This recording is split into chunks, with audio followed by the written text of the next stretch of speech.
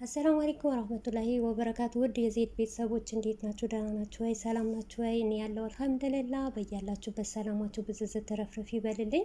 ይህንን ቪዲዮ ከወደዳችሁ ላይክ፣ ሼር፣ ሰብስክራይብ እያደረጋችሁ ቤተሰቡ ነው።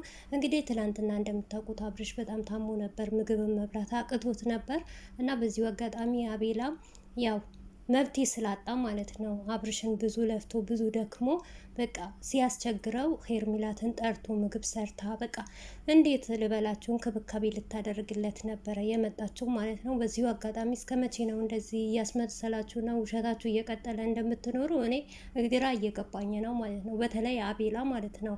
አንተ አቤላ እባብ እከካም ማለት ነው። እውነቴ ነው የምላችሁ አንዳችሁ እንዳትቆጡኝ ማለት ነው።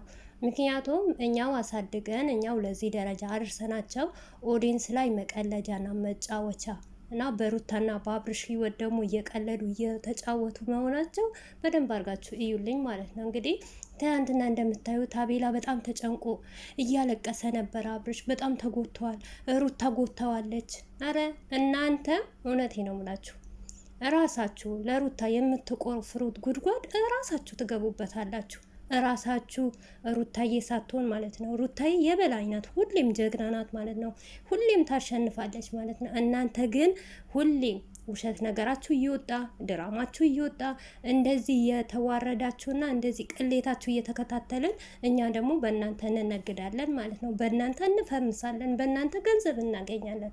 ምክንያቱም እናንተ ራሳችሁ ስለማታከብሩ ውሸታም ስለሆናችሁ ማለት ነው። እና በውሸት ዓለም ስለምትኖሩ እኛ ደግሞ ባየነው ነገር ፍትፍት እንክት አድርገን ነው የምንበላባችሁ። በተለይ ማለት ነው አቤላ አንተ አስመሳይ፣ አንተ እባብ እንደውም እኮ ሄርሚላ ማለት አንተንም አማላሃለች አብርሽን ብቻ ሳይሆን ማለት ነው።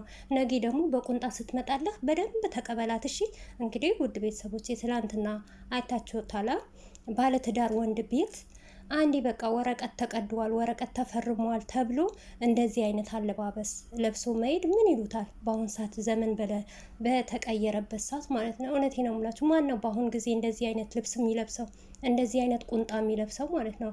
እሱንም ከሶስት ወንድ ጋራ ማለት ነው። አንድ ሴት ሶስት ወንድ በቆመበት አንድ ወንድ ደግሞ እኔ ታምም ያለው እኔ እርጉዝ ነኝ፣ በቃ ልክ እንደ እርጉዝ ያንቀለሽ እንደ እርጉዝ ያመላልሰኛል፣ ምግብ ስበላ ራሱ ወደ ላይ ይለኛል የሚል ሰውዬ እና አብርሽን ብቻ ሳይሆን የምትፈልገው ሄርሚላትም አቤላንም ትፈልገዋለች። አቤላ ደግሞ በደንብ አድርጎ በአብርሽና በሩታ ህይወት እየቀና ነው። አብርሽ መቼ እንደሚገባው አላውቅም።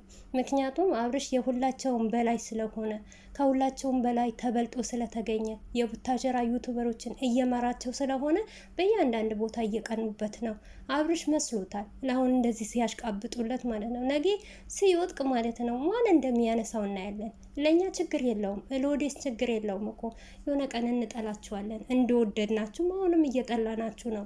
አሁንም ነገረ ስራችሁ በጣም እየወደረ እየዋለ ከህይወታችን እንድንወጣ እያደረገን ነው። ነገር ግን በእናንተ እንደዚህ ነገር አይጠበቅም። በተለይ ደግሞ አቤላ እባብ አንተ በሩታ ላይ እንዳሾፍክ በሩታ ላይ እንደቀለጥክ አንተም ደግሞ መጨረሻህን ለማየት ያብቃን። ብቻ እድሜና ጤና ይስጠን እንጂ የአቤላ የአንተ ማንነትን ሳያሳየን እውነቴ ነው ሙላችሁ አንድ ነገር አንሆን ብቻ። ምክንያቱም እኛ እቺ ዱንያ ጠፊ ናት፣ ወይ እንኖራለን ወይ አንኖርም። ግን የአቤላ መጨረሻ ሳያሳየን ምንም ነገር አንሆን። እውነቴ ነው ሙላችሁ ይሄ እባብ አስመሳይ የሆነ ልጅ ማለት ነው። እሱ ስለታመመ እሷን ጠርቶ አመጣት። እንዴት ነው እባክህ አንተ መንገድ እየሄድክ እየዘለልክ እየተጫወትክ ማለት ነው እየፈነዳ በመቼ ነው የሳምንት የተቀረጸ ቪዲዮ እያመጣችሁ ኦዲየንስን እየሸወዳችሁ። ኦዲየንስ እኮ ብታውቁ ለእናንተ ነበረ የሚለፋው ለእናንተ ነበረ የሚደክመው ማለት ነው።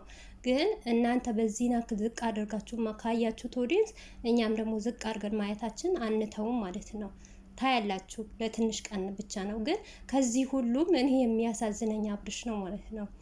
እኔ አይገባኝም መቼ እንደሚገባው መቼ እንደሚነቃ። አቤላማ ችግር የለበትም እኮ ምክንያቱም የአብርሽን ልብስ ይለብሳል፣ ምግብ እንደፈለገ ይበላል፣ የቤት ኪራይ የለበትም ይህ ሁሉ ወጪ። ምክንያቱም ከዚህ ጋር አብርሽ ለሱ የሚሆን ነገር ይሸፍንለታል። ከዛ ደግሞ ያቺ ዝሙተኛ ሴት ብር ትሰጠዋለች፣ ሳት ትገዛለታለች። ከዚህ የበለጠ መታደል ከየት አለ? እንዴት አድርጎ በአብርሽ ህይወት መቀለድ አይችልም? እኔም በሆነ አረገዋለሁ። ምክንያቱም እኔ ያለ ጣጣ በላለሁ፣ እለብሳለሁ፣ ወጥቼ ገባለሁ። ሚዲያ ላይ የመጣው እንደፈለግኩ በእርጉዝ ሴት አፌን ከፍታለሁ። ሩታ እንደዚህ ያለች ያናለች እያልኩኝ ማለት ነው። ስለዚህ በምን መታደል እኮ ነው ይሄ። ግን መታደላችሁ ሳይሆን የእናንተ መጨረሻና የውሸታችሁ ጥግ ነው ያሳዘነኝ እኔ ማለት ነው። ብቻ ይሁንላችሁ። ነገር ግን ይሄ ሁሉ ለሩታ አይገባትም። ሩታ ነበረች እናንተን ያሳደገቻችሁ። ሩታን ነበረ ለዚህ ደረጃ ያደረሳችሁ ማለት ነው። ሞር ድራማም ቢሆን ስራም ቢሆን በእናንተ እንደዚህ አይነት አይጠበቅም። የወረደ አወራደድ። ህፃን ልጅ አይደላችሁም። ዛሬ ህፃን ልጅ ራሱ የሚናገረውን ነገር ያውቃል፣ የሚበላውን ነገር ያውቃል ማለት ነው። እናንተ ግን ውላችሁ እያደራችሁ ማለት ነው። እውነቴ ነው የምላችሁ እንስሳ እንኳን እኔ አላቅም የሆነ ነገር እንኳን እንደዚህ ነገር ቢባል የሚያቅበት ሰው። እናንተ ግን በቃ ዶላራችሁ፣ ብራችሁ፣ ከዛ በኋላ የራሱ ጉዳይ። ምን ችግር አለ? ላትበሉትም እኮ ትችላላችሁ። ይሄ ብር እኮ የተሰበሰበ ብር እኮ በመሳሳም በመላላጥ በሆነ ነገር እኮ የበለጠ በሽታ ይዞ እንደሚመጣ ደግሞ ማወቅ አለባችሁ። ያንን በሽታ ከያዛችሁ ይሄ ብር የለፋችሁበት፣ የተሰደባችሁበት፣ የተረገጣችሁበት አይበቃችሁ። እመኑኝ ነው ማለት ነው። ነገር ግን ሩታን እናስቀናለን፣ ሩታን እንሰብራለን። ሩታ ቆርጣለች፣ በቃ አለቀ።